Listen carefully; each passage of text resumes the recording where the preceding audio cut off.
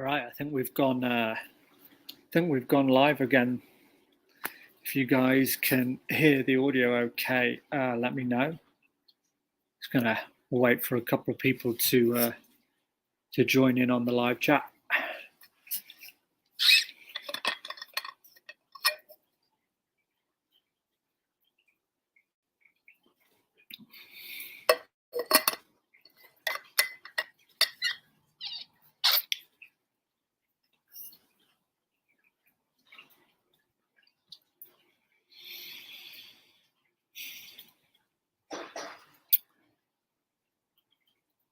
So I was kind of hoping by bringing the laptop outside here that you might actually make for better visuals on the background, but it doesn't actually look like that has made an ounce of difference. But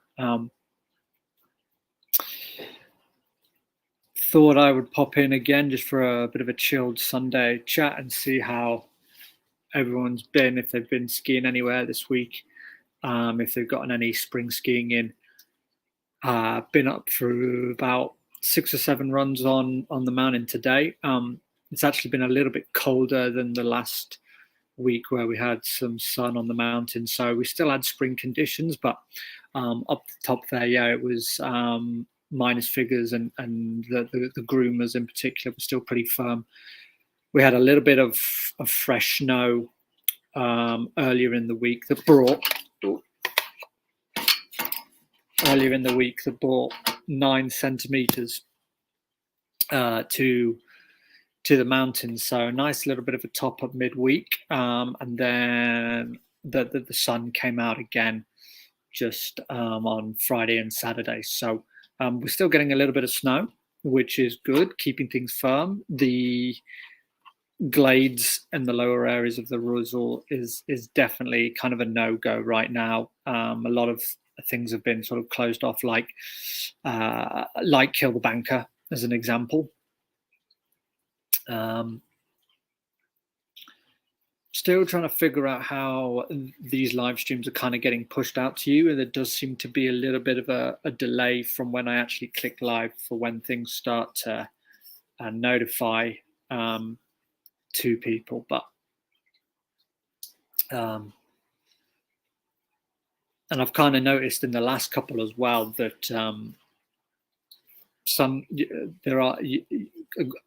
of you will obviously not watch it live, and then you'll watch it actually after we've gone live. So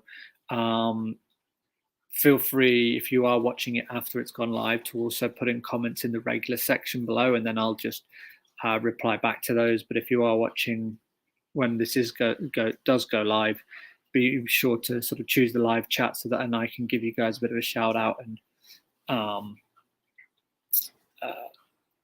promote what it is ever your questions are and answer them from there.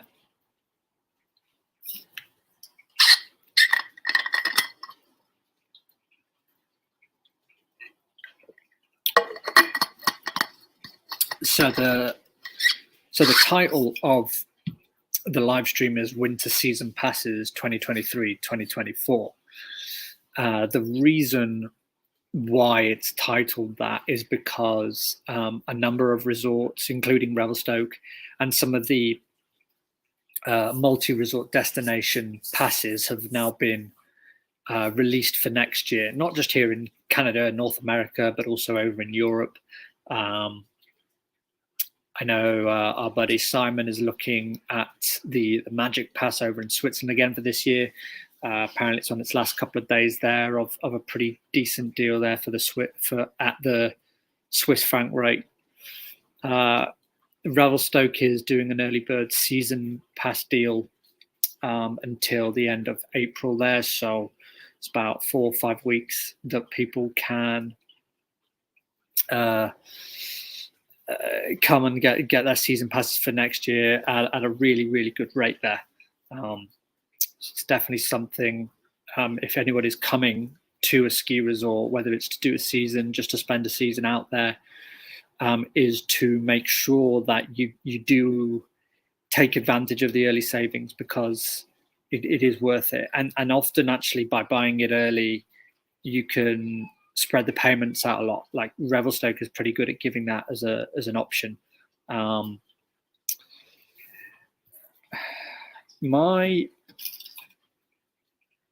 one hand, one platform here is telling me that I've got 2 people watching on YouTube, but then it's also saying on the other one that nobody's watching.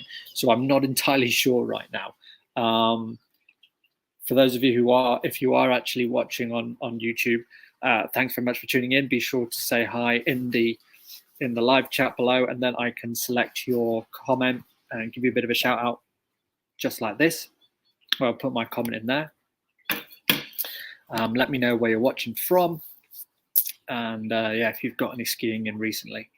So the season passes are looking good though, for anyone who's trying to get that taken care of now.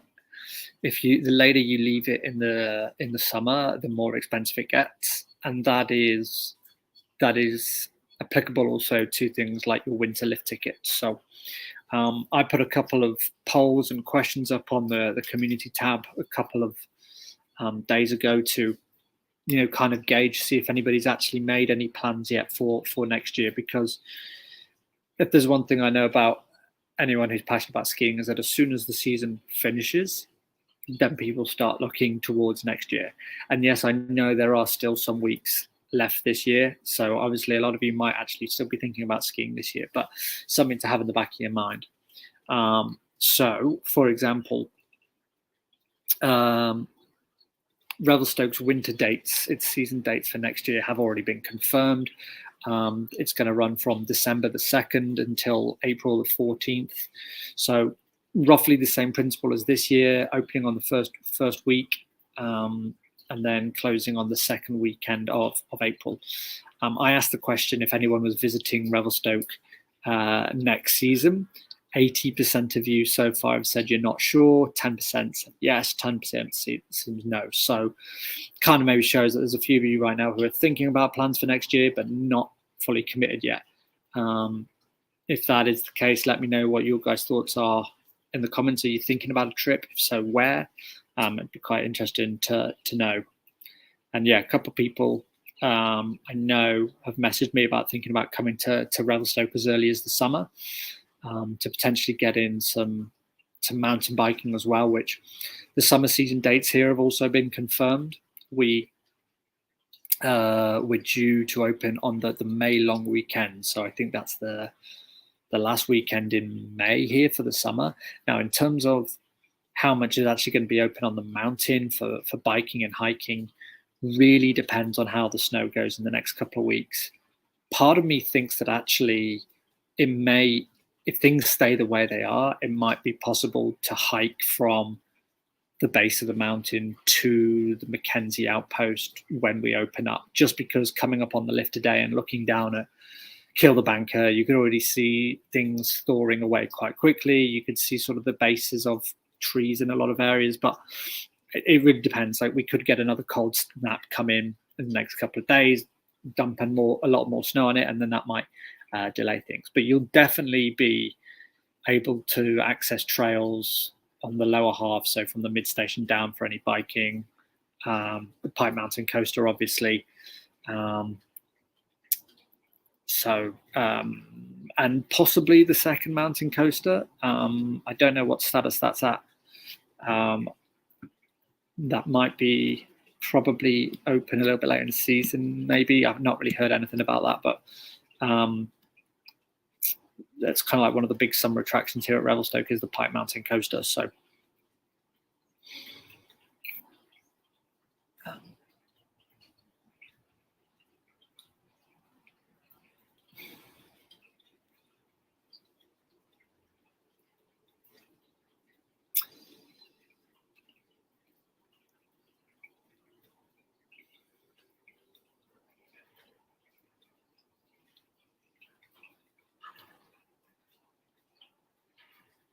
now, one of the other, I just remembered as well, one of the main other benefits of buying your season pass this early, if you buy a season pass here at Revelstoke for next winter now, it gives you access for the last 2 weeks of skiing this winter here at Revelstoke. and it also gives you unlimited access to the mountain for hiking and sightseeing in the summer. So, cheaper rate, easier to spread the cost out, added benefit of free skiing at the end of this year, which I don't really know of many resorts that actually do that. If anyone knows of any resort that does that, feel free to put that in the comments, because I think it's quite unique, and I mean, it would certainly incentivize me if I didn't already have my pass for this, even just for this year. Has anybody bought a season pass, or even like just lift tickets for anywhere this year?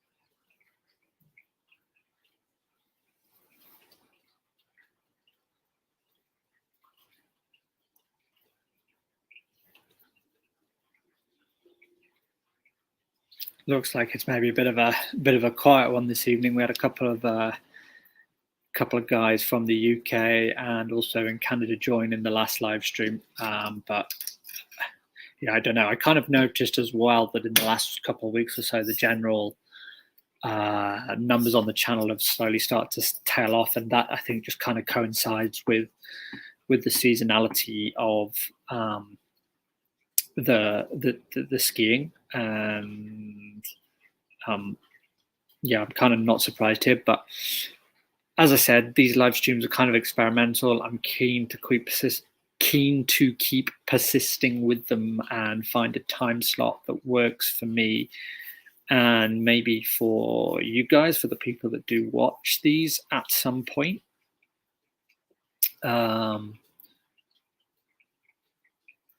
The hope is with these to be able to more interact with you guys more live rather than post video.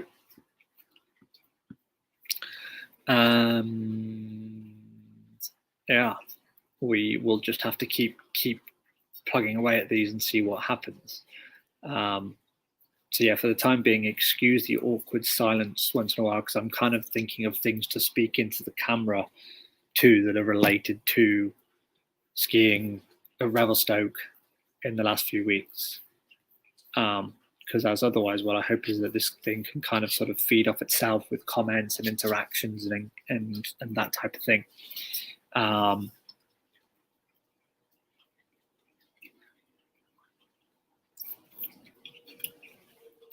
These have gone live out on Facebook as well, but I don't think there's as much pickup from Facebook on these. So moving forward, I'm thinking of just only putting these videos definitely in YouTube, where a lot of the audience lies, but we can just keep playing around. I had a poll up. I'm thinking about other video ideas for when the season actually finishes.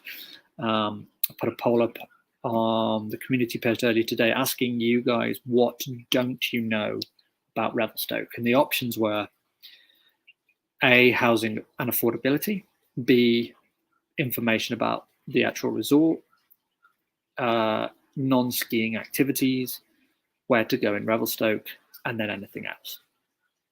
It's already started to get a bit of a reaction, which is great. 9% wanting to know where to go in Revelstoke to do certain things. Another 9% wanting to know about non-skiing activities, and then 73% of you. So far, this is the most by far, is housing and affordability, which I thought might be the case.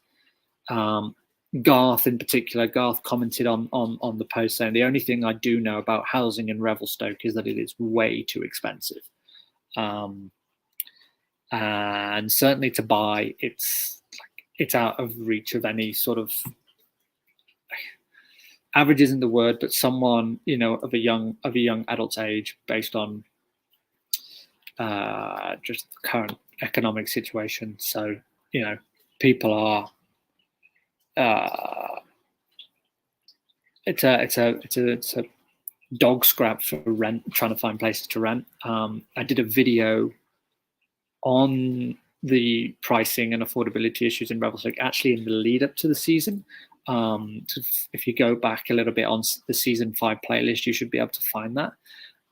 There is a podcast that's out at the moment that's been recorded locally here. It's called Revel Broke.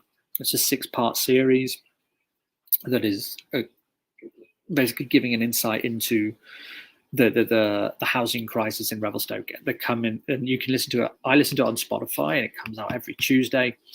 And yeah, I'm on episode 3 right now, and it's very insightful if anyone wants to know any more about it. But I do have some ideas to sort of develop a bit of a video content idea for potentially the shoulder season there, where a lot of people will actually probably be leaving from the winter, and a lot of new people will potentially be coming into Revelstoke for summer, trying to find accommodation.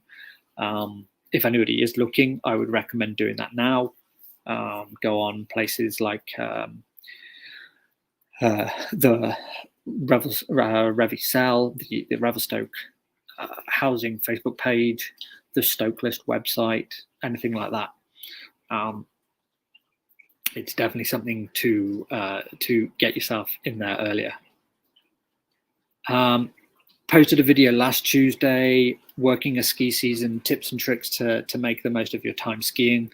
Got some really good interactions from you guys. A couple of people had your own ideas as well in terms of like how you make the most of your time. I thought I'd read out a couple of the comments there, which were worth noting. So let's just pull this on up.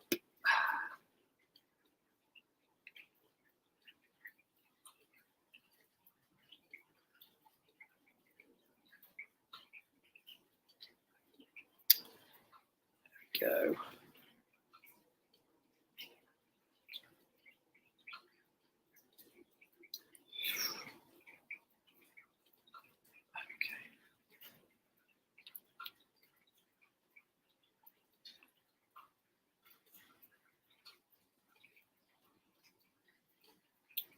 Okay, so we had a couple of comments. One of the comments was just actually today from Jared Lally, and Jared said that I think skiing solo is the #1 way to get the most out of a day on the mountain. When skiing with others, I always seem to be waiting for someone else to adjust their boots or clean their goggles, and any number of other activities that result in waiting around rather than skiing. My #2 would be skiing on steeper terrain, because there's always going to be fewer skiers there. I thought the first one about skiing on your own is definitely a really good point. I do quite a lot of my skiing on the own, not out of, I mean, mainly just because of my particular work schedule. I do like skiing with others, but it obviously depends on the group of people you're skiing with, on sort of how fast or the terrain that you go, and you sort of adjust accordingly. So sometimes I'll try and balance it, you know, have a bit of time to myself, but then also with others, just because it's a lot more fun socializing with other people. Extra Never SA, who's been following and engaging on the channel for quite a while, said, I agree, I take breaks between the runs. It's not all about rigorous leg workouts. Thank you for showing the view from the sub peak on a sunny day.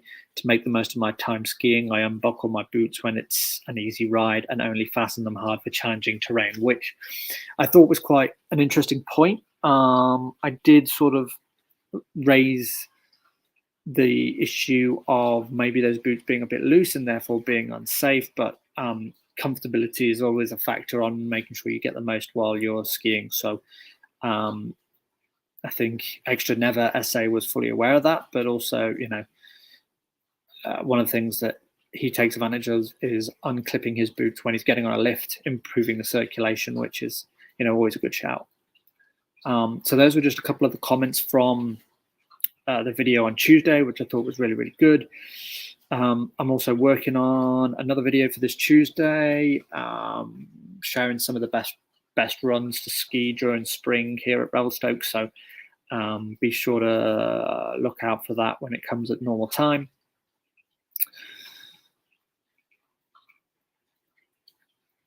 I'm just trying to think what else has been going on. As I mentioned in the last one, I was going to travel down to Kelowna, which I did on Thursday for an English language test. And that was part of my permanent residency application. I do not have the scores on that, so I don't know how that has gone. But, I'd be surprised if I didn't pass that. So once I get the results back from that, I then plan to take it to the next step. So, yeah, really looking forward to that. And I think really we're going to wrap it up there. Just again, thought we'd jump on, go live for 20-30 minutes, see if anybody was going to pop on and say hi. It doesn't look like it this week. And I will therefore do a little bit of a thinking on this. If it's a time issue, that's all I can think it is, but I don't know. Maybe we try next week. We try Sunday morning, so it's a reasonable time for the UK audience. We'll see. For anyone who does tune in and watch this after it goes live, thanks very much, guys. Keep liking these videos, subscribing if you haven't, and commenting. And see you in the next video. Take care, guys.